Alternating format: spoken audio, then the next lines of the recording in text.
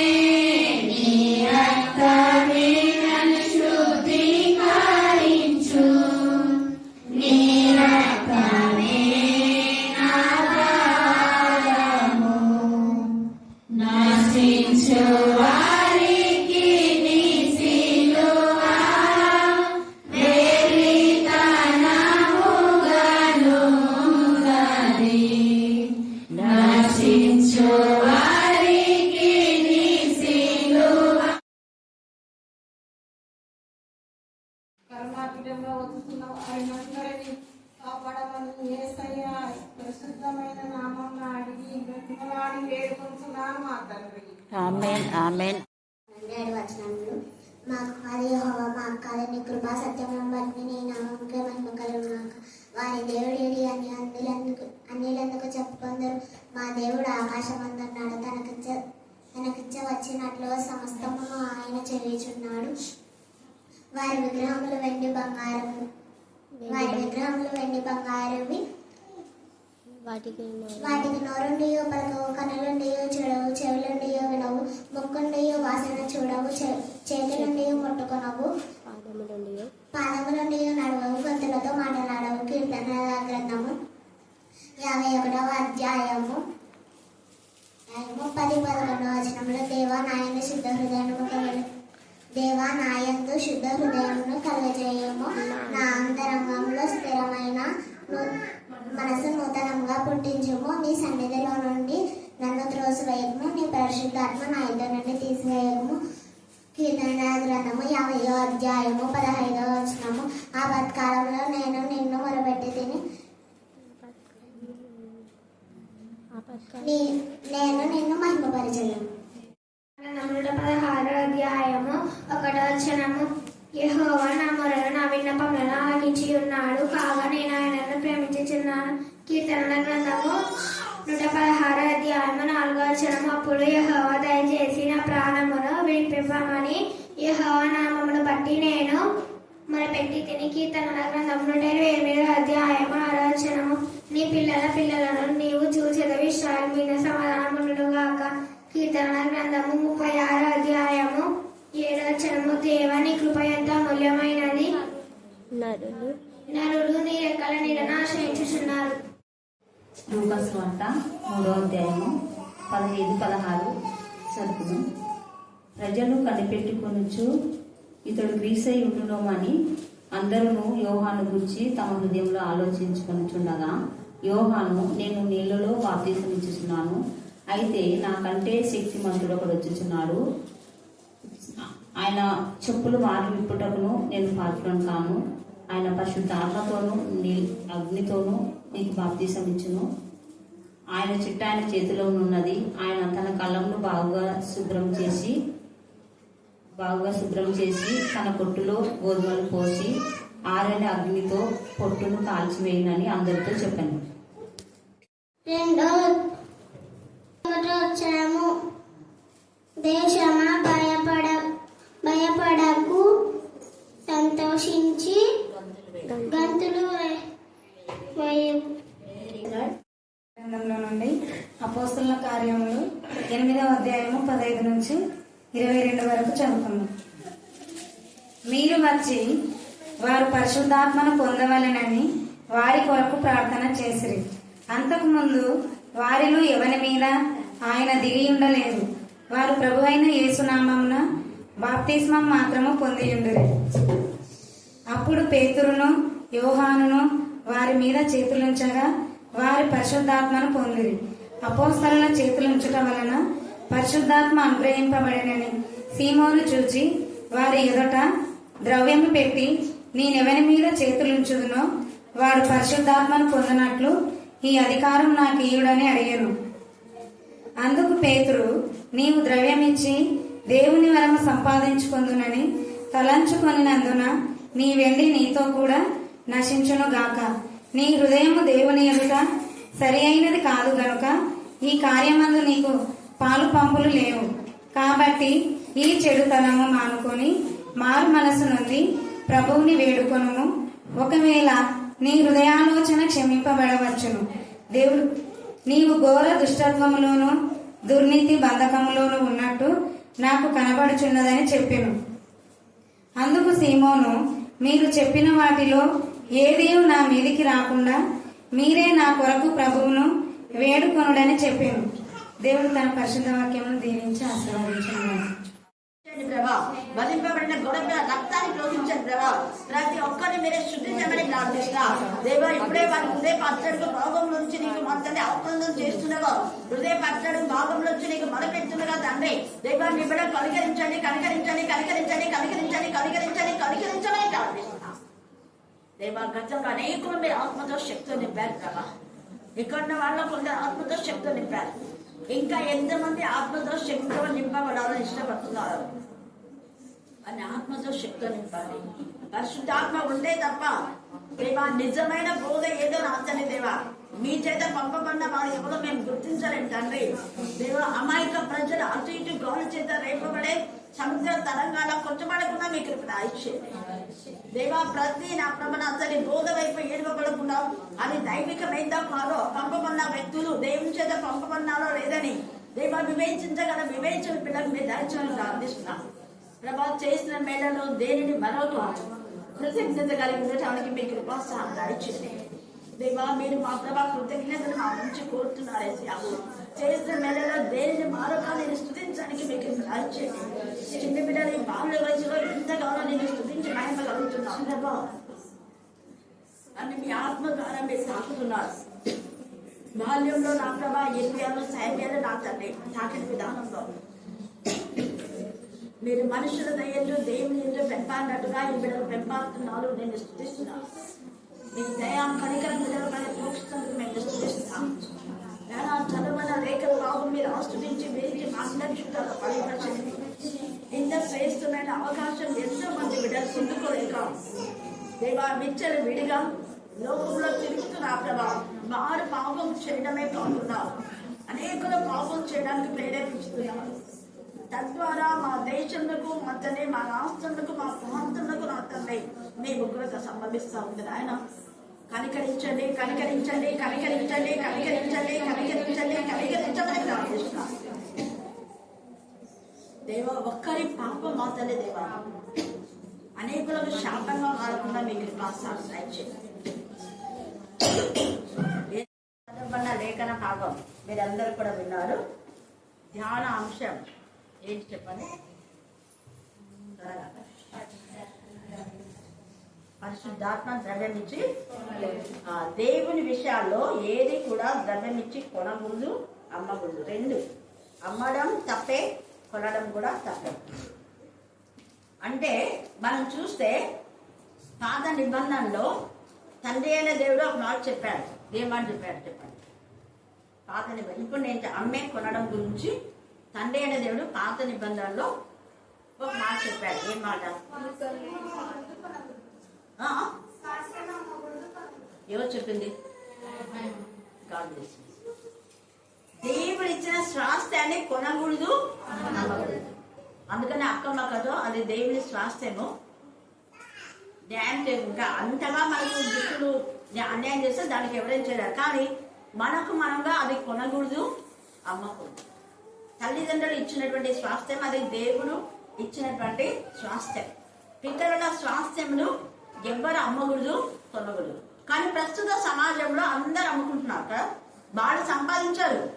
వాళ్ళు సంపాదించకపోగా తల్లిదండ్రులు ఇచ్చిన దాన్నే అమ్మే బ్రతుకులో ఉన్నారంటే ఎంత బాధాకరంగా ఉంటుంది. ఆ తల్లిదండ్రులు ఎంత కష్టపడి ప్రాపర్టీని తీసుకొచ్చింది కదా, దాన్ని అమ్మకూడదు. అలాగనే పరలోకం ముందున్న మన తండ్రి ఎంతో ప్రేమతో మనందరినీ కూడా తన యొక్క బిడ్డలుగా, తన స్వకీయ సంపాద్యముగా, తన స్వాస్థ్యంగా, తన స్వరూపమందు తన పోలిక చొప్పున నరులను చేయదము అని చేస్తున్న దేవుడు తన పిల్లలు తనతో ఉండాలి అని ఎంత ఆశపడినాడు. అలాంటప్పుడు అపవాది చేసిన కీర్తనకు ఆయన మౌనంగా ఉండగా తన ప్రియ కుమారుడే ఆయన పనంగా పెట్టాడు. మరి తన ప్రియ కుమారుని ఇంతగా సిలువలో బలియాగంగా ఆయన శరీరం అంతా గాయం పడి మరి శరీరంలో ఉన్న రక్తం అంతా కూడా కాలింది, నీరు వచ్చింది కదా.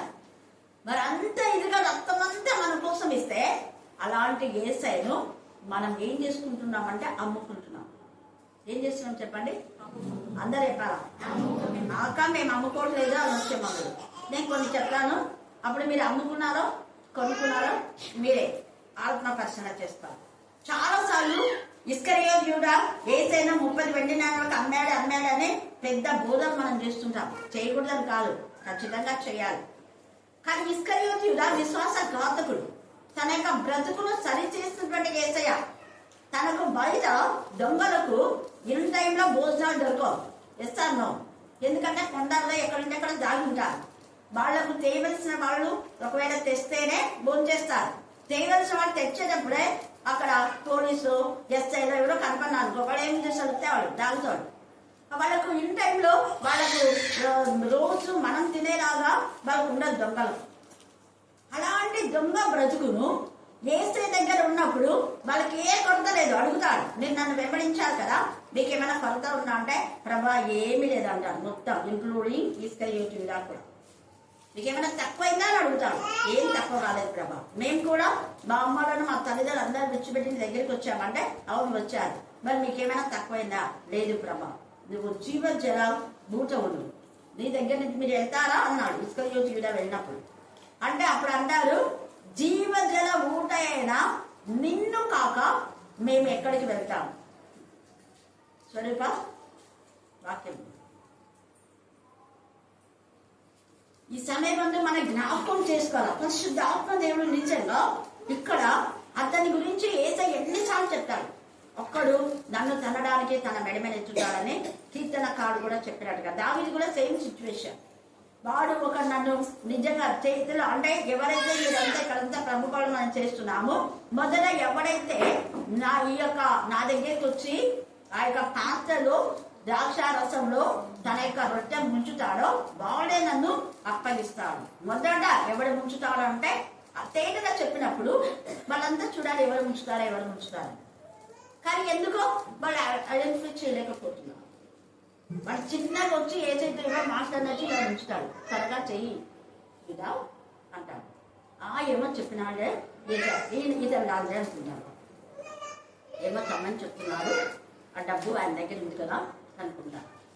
అలాగా 30 వెండి నాణ్యాలతో మరి అమ్మినటువంటి యేసయ్య మళ్ళా దాన్ని తీసుకొని వచ్చి మళ్ళీ ఏం చేస్తారో అన్న కైప వాళ్ళకిస్తారు. ఇదేమి మాకొద్దు, ఇదంతా మీరే తీసుకోండి అని 26వ అధ్యాయం మత్తయి సువార్త 26వ అధ్యాయము 5వ వచనం చదవండి. అయితే ప్రజలలో అల్లరి కలుగునట్లు పండుగలో వద్దని చెప్పుకొనిది. యేసు బెతనియాలో కుష్ఠరోగి అయిన సీమోని ఇంట ఉన్నప్పుడు ఒక స్త్రీ మిక్కిలి విలువగల అక్కడ మనం చూసి అదంతా మీరు తనతో చదువుకోండి. వీడి ముందే దొంగ, వీడే డబ్బు సంచి పట్టుకొని ఏదైనా అమ్మడానికి డబ్బులు పెట్టుకొని మళ్ళీ అక్కడ స్త్రీ ఆమె ఏం చేసింది? ఆమె అమ్మిందా కొనిందా? అందరు చెప్పాలి. అమ్మలేదమ్మా, కొనుక్కునింది.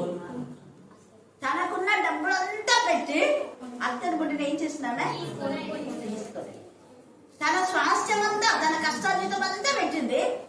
ఆమె కొనుక్కొని వచ్చి ఆయనకు పుయ్యాలనుకుంటే వీడేమంటాడు, దొంగ 30 వెండి కేస్తాయని అమ్మి నువ్వేమంతా వేస్ట్ చేస్తున్నావు, అది అమ్మితే 300 దేనారంలో వస్తుంది కదా అంటే చాలా ప్రాసెస్ జరిగిందాక కొంచెం క్లుప్తంగా రాస్తాడు. నేను అమ్ముకునేదాన్ని కాదు, కొనేదాన్ని. నేను ఏసై కోసం ఏమైనా కొంటా. నేను ఏసై కొరకు ఏది అమ్మను, ఏసై కొరకు కొంటానే. ఏసై కొరకు ఇదే స్త్రీలే ఇక్కడ తెచ్చినట్టు వీళ్ళే. మనం చూస్తే లూకా 24లో 1వ వచనం చదవండి. లూకా చూడండి, స్త్రీలు ఆదివారం తెల్లవారుచుండగా ఆ స్త్రీలు తాము సిద్ధపరిచిన ఏంటంటే సుగంధ ద్రవ్యాలు అంటే చాలా కాస్ట్లీ. ఊరికొస్తాయి అనుకున్నావా? కుంకుమ పువ్వు చిన్నగా ఇంత ఉంటుంది. ఇప్పుడు రేట్ చూస్తే 1000 రూపీస్. కుంకుమ పువ్వు ప్రెగ్నెంట్ లేడీస్ మాత్రమే కాదు వాడేది, ఎవరైనా వాడచ్చు. పాలు చాలా కొంచెం వేయాలి, కలర్ రైస్ లో కూడా వేస్తారు. కుంకుమ పువ్వు చాలా కాస్ట్, చిన్న ఇంతదే 1000 రూపీస్ అవుతారు. అలాంటిది వాళ్ళు సుగంధ ద్రవ్యాలన్నీ కూడా కొన్నారు, కొని ఆయనకు పూయాలనుకున్నాం. కానీ వీడేమో ఒక దొంగై తన బ్రతుకును బాగు చేస్తే వాడు ఏం చేస్తున్నా అంటే దేవునికి విరోధమైన విధానంలో చేస్తున్నాం. ఇంకా మనం చూస్తే చాలా చాలా విషయాలు ఉన్నాయి. లూకా 8:1-3 చదవండి. లూకా 8:1-3. వెంటనే ఆయన దేవుని రాజ్య సువార్తను తెలుపుచు. చూడండి, వెంటనే అంటే అక్కడ చాలా జరిగింది. అంత వెంటనే అన్నమాట. ఇక మీరు ముందు చదువుకోండి, టైం లేదు. ఆయన రాజ్య సువార్త ప్రకటిస్తూ ప్రతి పల్లెకు ప్రతి పట్టణానికి వెళ్తుంటే వీళ్ళు చూశారు స్త్రీలు. ఓ యేసయ్య ప్రతి పల్లెకు ప్రతి పట్టణానికి వెళ్తున్నారు. మరి వెళ్ళేటటువంటి ఛార్జీలు, పడవలకు, తర్వాత ఆయనకు భోజనానికి ఏమైనా ఖర్చులు అవుతాయి కదా అని ఈ స్త్రీలు ఆయనకు హెల్ప్ చేశారు. 3వ వచనం చదవమా. వీరును ఇతరుల అనేకులను తమకు కలిగిన అండర్లైన్ చేసుకోండి, తమకు కలిగిన ఆస్తితో ఉపచారం చేయించు చేసిరే కాదు, చేతులు నొప్పునే వాళ్ళు కాదు, చేస్తూనే ఉన్నారు. ఏసై చనిపోయే వరకు చేస్తూనే ఉన్నారు. తమకు కలిగిన దాన్ని ఏసై కోసం వాళ్ళు ఏం చేస్తున్నారు? వెచ్చిస్తున్నారు. కారణం వాళ్ళని ముందే తెలుసు, నా బ్రతుకులు బాగు చేస్తున్నాడు ఏసై, నేను ఎంత ఇచ్చినా తక్కువ. అక్కడ మనం చూస్తే మధ్యలో 7 దెయ్యములను పోగొట్టిన మధ్యలోనే మరియు కూడా అక్కడ ఉంది. ఆమె తన యొక్క ప్రాపర్టీనంతా ఏసైకి ఇచ్చేసింది, పెద్ద మేడగని. అక్కడనే వాళ్ళంతా కూడి పరిశుద్ధాత్మతో శక్తులు నింపబడ్డారు. చాలా ధనవంతురాలని. తర్వాత పూజ భార్య అయినటువంటి యోహన్నా ఉంది. అక్కడ యోహన్నా ఆమె ఎవరు అనుకుంటే ఖజానాదారుని భార్య. ఎవరి దగ్గర? హేరోద్ దగ్గర. హేరోద్ దగ్గర ఖజానాదారుడు అంటే ఎంత ఇంకా బిల్డప్ చెప్పలేము, అవునా కదా? కొన్ని కోట్లు ఉంటాయి ఆయన హ్యాండ్లో.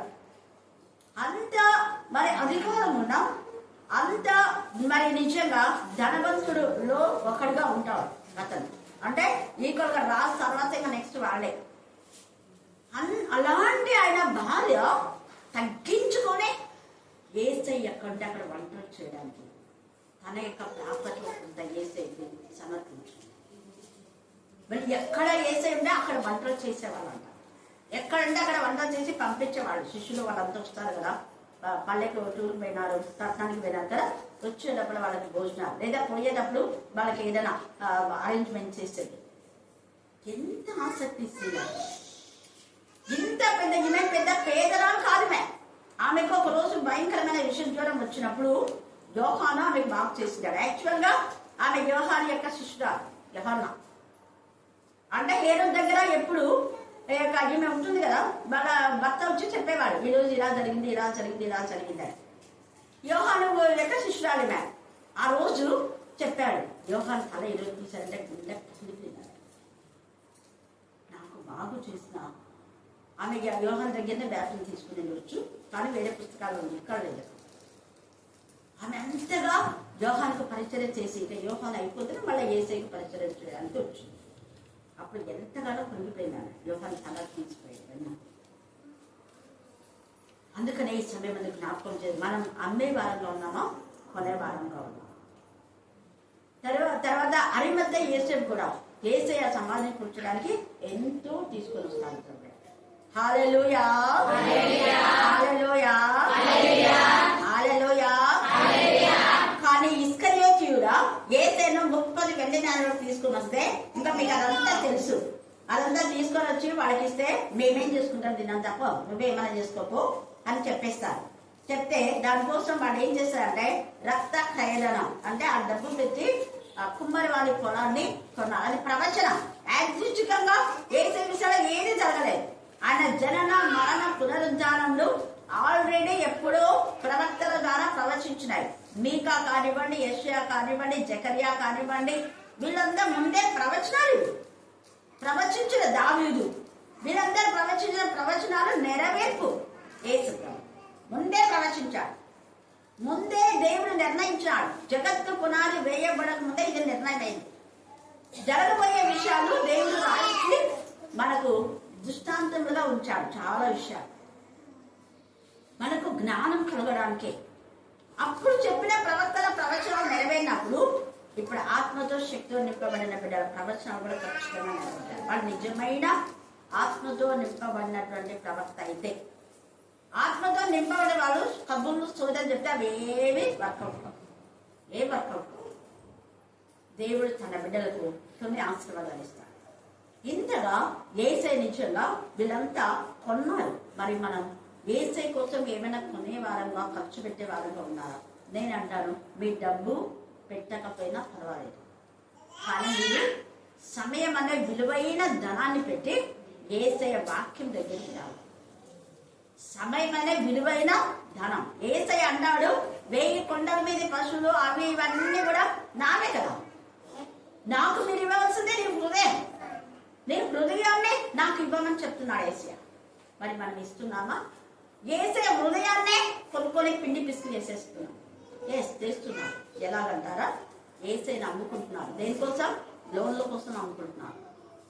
ఏసైని అమ్ముకుంటున్నారు. స్కాలర్షిప్ల కోసం అమ్ముకుంటున్నారు. బైబిల్ గ్రంథాన్ని నాకు చెప్పారు, ఇది నేను కొన్నానక ఫలానా అబ్బాయి తెచ్చిచ్చినాడు అని చెప్పినాడు. ఎంత దాని కాస్ట్ అంటే ఎంతో చెప్పారు. అది తక్కువే అన్నాను. ఎవరు వాళ్ళు అంటే చర్చిలో వాక్యాలు చెప్పేవాళ్ళే, బిల్డప్ ఇచ్చేవాళ్ళే. చూడండి ఎంత మోసం. ఇంకొకరు, నేను నీకు అది తెచ్చిస్తా, కీబోర్డ్ తెచ్చిస్తాను, 20,000 తీసుకుని పూర్చేలా ప్రసాద్ దగ్గర. మోసం. ఎవరు వాళ్ళు? క్రైస్తవులని నామకులు తెచ్చుకుంటున్నారు. బయటంతా వేరే క్యాడర్, బయట వేరే క్యాడర్. ఏసైనా అమ్ముకుంటున్నారు. చాలా మంది ఫ్రీ గిఫ్ట్ కదా అని గిఫ్ట్ బైబిల్ ఇస్తే అమ్ముకుంటున్నారు. నేను ఒక దగ్గర చూశాను, అది దీన్ని అమ్మకూడదనండి. ఎందుకు తీసుకొచ్చారు? ప్రేయర్ రాయమని అంటే దీన్ని కొన్నాను మేడం అన్నారు. ఎవరు అమ్మినారు మీకు అన్న? ఇవన్నీ ఎక్కడ చూసాను నేను? ఇంతవరకు ఎక్కడ చూడలేదు. నేను అంటే 5 ఊర్లు నేను తిరిగాను టీచర్గా. తర్వాత ప్రీచర్గా చాలా చోట్ల వెళ్ళాను. చాలా రాష్ట్రాలు, మహారాష్ట్ర, కర్ణాటక, తమిళనాడు, తర్వాత కోస్తా యానం వరకే. యానం రాజమండ్రి భయంకరం. యానం అనే ప్లేస్ అయితే చాలా భయంకరం. అన్ని ఇవి ఉంటాయి, వరిమడి మడుగులు ఉంటాయి, చేపలు ఇవి ఉంటాయి. చిన్నది ఇంటుండేది దారి, కొంచెం స్లిప్ అయిందంటే పడుతుందంట. దేవుడు అట్టాని ప్లేస్లో నేను అన్నతో రేట్ చేయాలి పాప, అందుకే నా ఇంత నేరు వీలో ఎలాగనా అన్నా. నేను వెళ్ళాల్సిందే అన్నాను. తర్వాత మేము వచ్చేటప్పుడు అంటే బస్సు వెహికల్ రావాలంటే చాలా దూరం, 5 కిలోమీటర్స్ రావాలి. ఇక్కడ నుంచి వెళ్తే 1/2 కిలోమీటర్ కూడా ఉండదు. 1/2 కిలోమీటర్ స్లిప్ అయినామంటే అంతే. అప్పటికి మాకు అక్కడ వెహికల్స్ అయిపోయి రాలో అక్కడ నుంచి వాళ్ళే వచ్చేటప్పుడు. ఎందుకు నేను చెప్తున్నా అంటే, దేవుడి పరిచయకి ఎక్కడికైనా వెళ్ళాల్సింది. ప్రతి పట్టణం, ప్రతి పల్లె వెళ్ళాలి. మనం మీరు ఏ పల్లె, ఏ ఊరు వెళ్ళొద్దు. కనీసం నేను చెప్పేది ఒకటే, ఈరోజు మీ ఇంట్లో వాళ్ళకి రక్షణ ఉందా లేదా? మీ పిల్లల మీద అమ్ముకుంటున్నారు సైతాన్ని. మేము సైతానికి అట్లా ఎందుకు అవుతాం అంటున్నారేమో. ప్రార్థన చేయకుండా దేవుని సన్నిధికి రాని వాళ్ళంతా అమ్మబడిన వాడు. సాతాను కొనేశాడు. సాతాను గ్రిప్లో ఉన్నారు. వాడు నీ కొడుకు, నీ బిడ్డలు ఆత్మీయంగా లేరు అంటే వాడు కొనేశాడు. దేంతో కొనేశాడు? నీ అవివేకంతో, నీ అజాగ్రత్తతో, నీ యొక్క తెలివి తక్కువ బుద్ధిహీనతతో, నీ యొక్క నిర్లక్ష్య స్వభావాన్ని చూసుకొని వాడు ఆశలు తీసుకొని వాడు కొనేసుకున్నాడు. వాడు ధైర్యంగా చెప్తాడు, ఇది నా స్వాస్థ్యం అని తండ్రి అయిన దేవుడు అంటే, కాదు ఆమె ఎప్పుడు నాకు ఇచ్చేసింది. గర్భఫలం యెహోవా ఇచ్చు బహుమానం, అది నా బహుమానం, నీదే కావచ్చు, నువ్వు ఆమెకి ఇచ్చావు కదా, ఆమె నాకు ఇచ్చింది.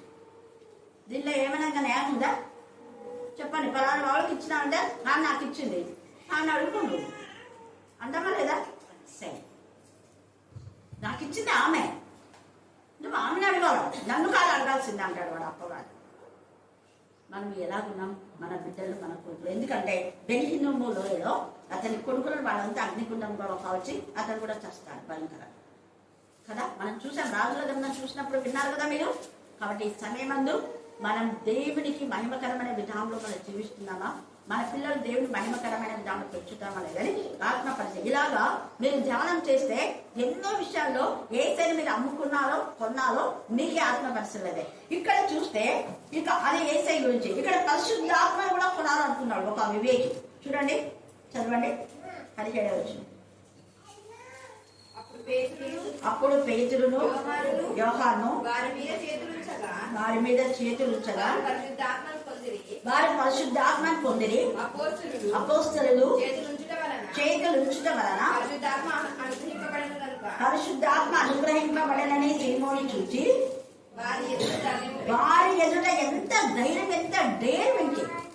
ఇస్కరియోతు యూదా కూడా ఎంత డేర్, తనకు మేలు చేసిన యేసయ్యను మొప్పదిన్నాడు. ఇక్కడ ఇతను కూడా అపోస్తలుల దగ్గర ఎంత ధైర్యం, ద్రవ్యాన్ని పెట్టి ఈ పరిశుద్ధాత్మ నేను వచ్చేటట్లు, నాకు వచ్చేటట్లు మీరు ఈ డబ్బు తీసుకొని చెయ్యండి. ఇప్పుడు ప్రజెంట్ గా ఇంతవరకు చెప్పిన పోవ ఒకటి, ఇప్పుడు సేవకుల గురించి చెప్తున్నా. చాలా మంది సేవకులు యేసయ్యను అమ్ముకుంటున్నారు. యేసయ్య కోసం భూమి కొనండి అంటే ఇచ్చిన భూములను అమ్ముకుంటున్నారు. చాలా ప్రాంతాల్లో మా గూడుల్లో ఎవరు భూములు అమ్ముకోలేదంటే, అమ్ముకోకపోతే సైతాన్ సొమ్ము చేసుకున్నాడు. సైతాన్ ఎలా సొమ్ము చేసుకున్నాడో మీరు అంటారేమో, వీడి భూమి, అవునా కదా. దేవుడు ఇచ్చినటువంటి ఆ భూములను సాగు చేస్తున్నారో మన వాళ్ళు 50 ఎకరాలు ఉన్నారు. సాగు చేసే వారికైతే దేవుడు ఆశీర్వాదాలు ఉంటాయి. సాగు చేయకుండా అలాగే పెట్టారంటే ఖాళీ భూమిలో, ఖాళీ హృదయంలో ఎవరు చూస్తారు?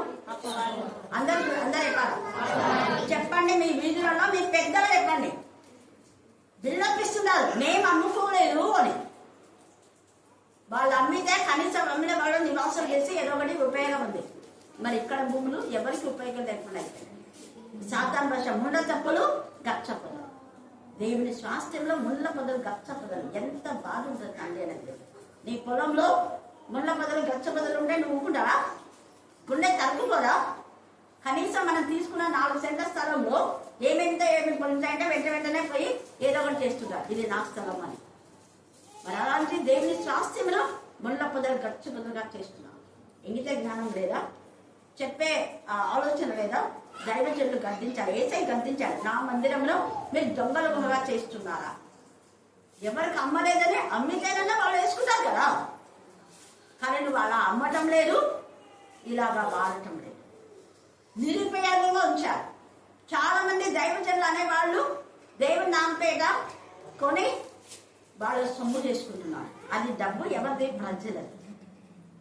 యేసయ్య నామంలో వ్యర్థంగా వాళ్ళు ఖర్చు చేస్తున్నారు. దేవుడు ఎక్కడుంటారు? ఖచ్చితంగా ద్రవ్యం పెట్టి ఏం చేస్తున్నాము? ఇతని పరిశుద్ధాత్మ కావాలంటున్నాడు. ఇంకా కొంతమంది స్వస్థతలు జరిగాయి కదా, మరి స్పాన్సర్ చెయ్యాలా మీరు అంటే? స్వస్థత ఆయన దెబ్బల ద్వారా మనకు స్వస్థత అని యేసయ్య రక్తంలో, యేసయ్య నామంలో ఉచితంగా స్వస్థత యేసయ్య ఇస్తే, తండ్రి అయిన దేవుడు స్వస్థపరచు యెహోవా నేనే అని చెప్తే నువ్వేమంటున్నావు? స్వస్థత పొందా కదా, నీకు కొడుకు పుట్టినాడు కదా, నీకు బిడ్డ పుట్టింది కదా, నీకు ఉద్యోగం వచ్చింది కదా, టీవీకి ఒక స్పాన్సర్ చేయండి, ఒక 10,000 బ్రిక్స్ ఇవ్వండి, సిమెంట్ ఇవ్వండి, మీ తామద్దు కలిసి సిగ్గు లేకుండా చెప్తున్నా. టీవీలలో విన్నప్పుడు ఎంత గుండె పోతగా ఉంటుంది. ఏసైకి ఎంత బాధ, మరణ స్థిరం చేస్తున్నాడు ఏసై. ఏసై గుండెని పిండేస్తున్నాం. సేవకులను చెప్పుకునేవాడు ఇంకా చాలా ఉంది చెప్పుకోవాలంటే. మా దగ్గరికి వచ్చి మెసేజ్ ఇవ్వరా అంటే మెసేజ్ ఇవ్వాలా, సరే వస్తాం. ఎంత ఇస్తారు మీరు? వాక్యం చెప్పడానికి కొనుగోలా, బేరాలా? 20,000 ఇస్తే వస్తావా నువ్వు? 50,000 ఇస్తే వస్తావా? నీకు ఏసీ రూమ్ కావాలన్నా? దేవుని వాక్యం ఉచితంగా మనకు వచ్చింది, ఉచితంగా చెప్పాలి. వాళ్ళు ప్రేమతో ఇస్తే తీసుకో. ఏసై ఎక్కడైనా ప్రేమతో ఎవరు పిలిస్తే వాళ్ళ దగ్గరికి వెళ్ళండి అన్నారు. ప్రేమతో వాళ్ళు ఏది ఇస్తే అది పుచ్చుకోండి. గిన్నె నీళ్ళు ఇచ్చినా కూడా నిత్యంగా నీ ఫలం పొందురా అన్నారు. అంతేగాని గిన్నె నీళ్లు బేక్ చేసి తీసుకోమని, లేకపోతే ఈ ఆహారము వాళ్ళ దగ్గర లాక్కోమని చెప్పలేదు. హల్లెలూయా, హల్లెలూయా, హల్లెలూయా. బేరాలు సమీపంగా ఉంది. దేశాలు పాడైపోతున్నాయి. శ్రేష్టమైన దేశం దేవుడు మన కోసం ఉంచాడు. ఆ శ్రేష్టమైన దేశంలో మనం ఉండాలంటే బేరాసారాలు కాదు. దేవుని వాక్యమునకు బేరాలు చేస్తారా? వాక్యం చెప్పడానికి స్వస్థతలు అంటే ఏమేమో అనౌన్స్మెంట్. ఏసైనా ఎప్పుడు ఎక్కువగా ఎక్కడ చూడు ఆలయం ఇలాగ వస్తుందనే ముందే ఏసయ్య హస్తకృత్యమైన ఆలయంలో నేను నివాసము చేయలేను. నీకు ఆలయం కట్టాలని మంచి ఆలోచన ఉంటే నీ సొమ్ముతో కట్టు. నీ పొలాలమ్ము, నీ ఇల్లు నమ్ము, నీ భార్య బంగారు నమ్ము, అమ్మి కొని పెట్టు. అది రాజ్యం. మనం రాజులైన యాజక గుంపులో ఉండాలంటే బెగ్గర్స్ లాగా తయారవుతున్నాం. సేవ అనే పేరుతో మేము సేవకులము, సేవ చేస్తున్నాం. మీరు సేవకులు. ఎవరి సేవకులు? అపవాదికి సేవ. ఈ ఆలోచన ఇచ్చింది అపవాది. ఏసై ఎక్కడ ఆయన శిష్యులు బేరాలు పెట్టలేదు. పెట్టారా బేరాలు? ఎక్కడైనా ఎక్కడ బేరాలు? చాలా మంది ఫలానా సేవకుని పిలువంటే అబ్బో ఆయన లక్షల్లో ఉంటాడక్కో. నాకే ఫోన్ చేసి స్త్రీలు అన్నారు, ఆమెకు 30,000 ఇస్తే కానీ రామని చెప్పింది. పేరెందుకు బాగా నాకు సిసి చర్చివాడు అక్క మేము నన్ను పిలవాలని అనుకున్నాము, కానీ నేను 2 times చెప్పినా కదా. 2 times చెప్పారని అన్నారని. అవును చెప్పినానులే. తర్వాత ప్రైవేట్లో చాలాసార్లు చెప్పాను. సిసి చర్చ్ చాలాసార్లు చెప్పాను. అందుకని వేరే ఊరు నుంచి పిలిపించిన. ఆ వేరే ఊరు నుంచి ఆమెకు 1000కే 20,000, దానికి 10,000 ఇంకా మళ్ళీ ఆమెకి 50,000 పట్టు. మంది ఇక్కడ ద్రవ్యం పెట్టి కొనాలని ఎవరైతే అనుకున్నా, ఇప్పుడు ఈ రోజు ఈ మెసేజ్ ఎవరు విన్నా కూడా దైవ సేవకులు అయితే సిగ్గుతో తల ఉంచుకొని ఇప్పుడైనా మారండి, ఇప్పుడైనా మనసు మార్చుకోండి. ఇక్కడ పేతురు అంటున్నాడు, గారుడే వాడిని అంటున్నాడు, నువ్వు మనసు మార్చుకో. నీ హృదయం దేవుని దగ్గర సరిగా లేదు. నువ్వు చేసే బోధ డబ్బు కోసం చేస్తున్నావు. నువ్వు చేసే బోధ గొప్ప కోసం చేస్తున్నావేమో. ఏదో ఆస్తులు సంపాదించుకోవాలని ఏసీ కార్లో, తర్వాత ఏసీ రూమ్లలో ఉండాలని చేస్తున్నావేమో నీ సేవ. అందుకని అంటున్నాడు ఇక్కడ పేతురు 22వ వచనం చదవండి. కాబట్టి నీ చెడుతనము మానుకొని మారు మనస్సు నుండి ప్రభువుని వేడుకొను. ఒకవేళ నీ హృదయాలోచన క్షమించబడవచ్చును. నీవు ఘోర దుష్టత్వంలోను దుర్నీతి బంధకంలోనూ ఉన్నట్టు నాకు కనబడి. దుర్నీతి బంధకాలు ఉండే వాళ్ళే డబ్బుతో కొలుస్తారు. సేవ్ అంటే డబ్బుతో కాదు. నువ్వు ప్రేమతో వెళ్ళు, వాళ్ళు ఎప్పుడు తక్కువ చేయరు. ఖచ్చితంగా దేవుడు ఎవరికి, నేను ఛాన్సన్ చెప్పాను కదా, నేను ఊరికే నా ఖర్చులు పెట్టుకొని వెళ్ళిపోతే ఎవరో ఒకరు మళ్ళీ మనసు ఎన్నిసార్లు చెప్పాను కదా, మీ మధ్యనే సాక్ష్యం. మీ మధ్యనే సాక్ష్యం. అది మైక్ తెచ్చినా నేను 50,000 అది కలిసి అది సునీల్ ఇచ్చినాడని చెప్పినా. నేను ఇంకా చెప్పేసరికి 1 weekలోనే కదా, నీవెందుకు పెట్టుకుంటావు వేరే వాళ్ళకి చేయలేదు. వాళ్ళు అడిగినాను నేను మీద నమ్మకం లేదు. ఇంకా అలాగే చాలా ఉన్నాయి. ఇవి సింపుల్గా. ఇంకా ఈ టైల్స్ వేసిన వెంటనే నా ఖర్చుతో పెట్టాను నేను, నాకు వచ్చిన పెన్షన్లో. కానీ మళ్ళీ మా స్టూడెంట్స్ ఉద్యోగాలు వచ్చినాయని వాళ్ళకు గుర్తు. హల్లెలూయా, హల్లెలూయా. నువ్వు చేస్తూ వెళ్ళిపో. దేవుడు ఎవరికి రుణస్తుగా, నేను మళ్ళీ చెప్తున్నా. కానీ మనం ఎక్కడ రుణస్తులం అవుతున్నాము అంటే మనం ఇవ్వక రుణపస్తులం. రుణస్థం అంటే అప్పు. ఎందుకు వస్తుంది అప్పు? నువ్వు దేవుడికి ఇస్తే కదా. దేవుడికి ఇవ్వడం నేర్చుకుంటే బ్లెస్సింగ్స్ వస్తాయి. దేవుడికి ఇవ్వకుండా ప్రజల దగ్గర నుంచి డబ్బులు అనుకుని పేర్లేమో వీళ్ళు, టీవీలేమో వీళ్ళు కనపడతారు, బ్యానర్స్ వీళ్ళవే, ఫ్లెక్స్ వీళ్ళవే, పేర్లు వీళ్ళవే. కానీ డబ్బేమో సొమ్మొకటి సోకొకటి. అలాంటి దేవుని రాజ్యానికి పనికిరాదు. ఇక్కడ చెప్తున్నాను, తండ్రి అనేది చెడుతనం ఒకవేళ మానుకో. ఇప్పుడైనా మారు మనసు పొందాలి. ఉచితంగా వాక్యములు ప్రకటించాలి. నీ కష్టం ఎప్పుడు దేవుడు ఉంచుకోడు. ఆయన సర్వశక్తిమంతుడు సర్వ. నేను చెప్పాను కదా, నేను 5 ఏళ్ళు ఫ్రీగా చేసినా అని చెప్పాను గవర్నమెంట్లో కదా. కానీ 5 ఏళ్ళు ఎంత వస్తుందో నాకు అంత దేవుడు ఇచ్చాడు. ఏదో ఒక విధానంలో అంటే ఎప్పుడో నేను 15,000 కొన్నా ప్లాట్. వేరే టీచర్ కొని ఆమె వద్ద నాకు ఇచ్చింది. దాని కాస్ట్ 30,000. కానీ నేను దీనికి కావాలన్న ఉద్దేశంతో వెంటనే దాన్ని అమ్మా. అది 7 లక్షలు. చూసారా?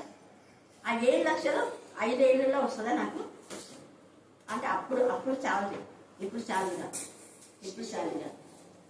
అప్పుడు శాలరీ, ఇప్పుడు శాలరీ అయితే 1 సంవత్సరంలో వస్తుంది. ఎందుకు నేను చెప్తున్నా అంటే దేవుడు ఎవరికి రుణస్తుడు కాదు.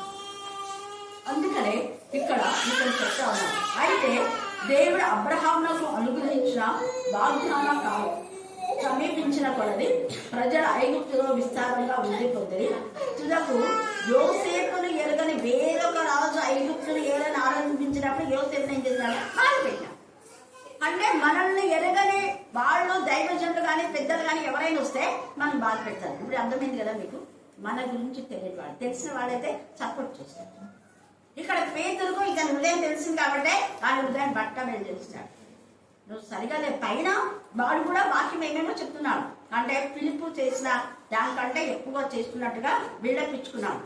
మనం అదే అధ్యాయంలో 8వ అధ్యాయంలో 6 నుంచి చూస్తే 9 నుంచి చూస్తే సీమోనను ఒకడు మనుషులలో లోబడ ఆ పట్టణంలో గారడీ చేయుచు తానెవడో యొక్క గొప్ప వాడినని చెప్పుకొంచు సమరయ జనులను విభ్రాంతిపరచు. చాలా మంది అనేక ప్రజలని అన్యులను విభ్రాంతిపరచు. అంటే వీళ్ళంతా చేతి వాళ్ళు మానసిక శుద్ధ శక్తులు ఏదో ఒక విధానంలో వాళ్ళకు మేలు చేస్తున్నారు. అప్పుడు వీడు మళ్ళా మారు మనసు పొంది చూడండి ఇక్కడ. అయితే ఇక్కడ సీమోను తగ్గింపుది ఒకటి నాకు చాలా బాగా నచ్చింది. నేను కూడా వాక్యం తెలుసు, నేను కూడా చెప్తాను, నేను కూడా చేస్తాను, చూస్తాను అని వీరాలుకోలేదు. వెంటనే పేతురు చెప్పిన వెంటనే ఒబ్బే అయినాడు.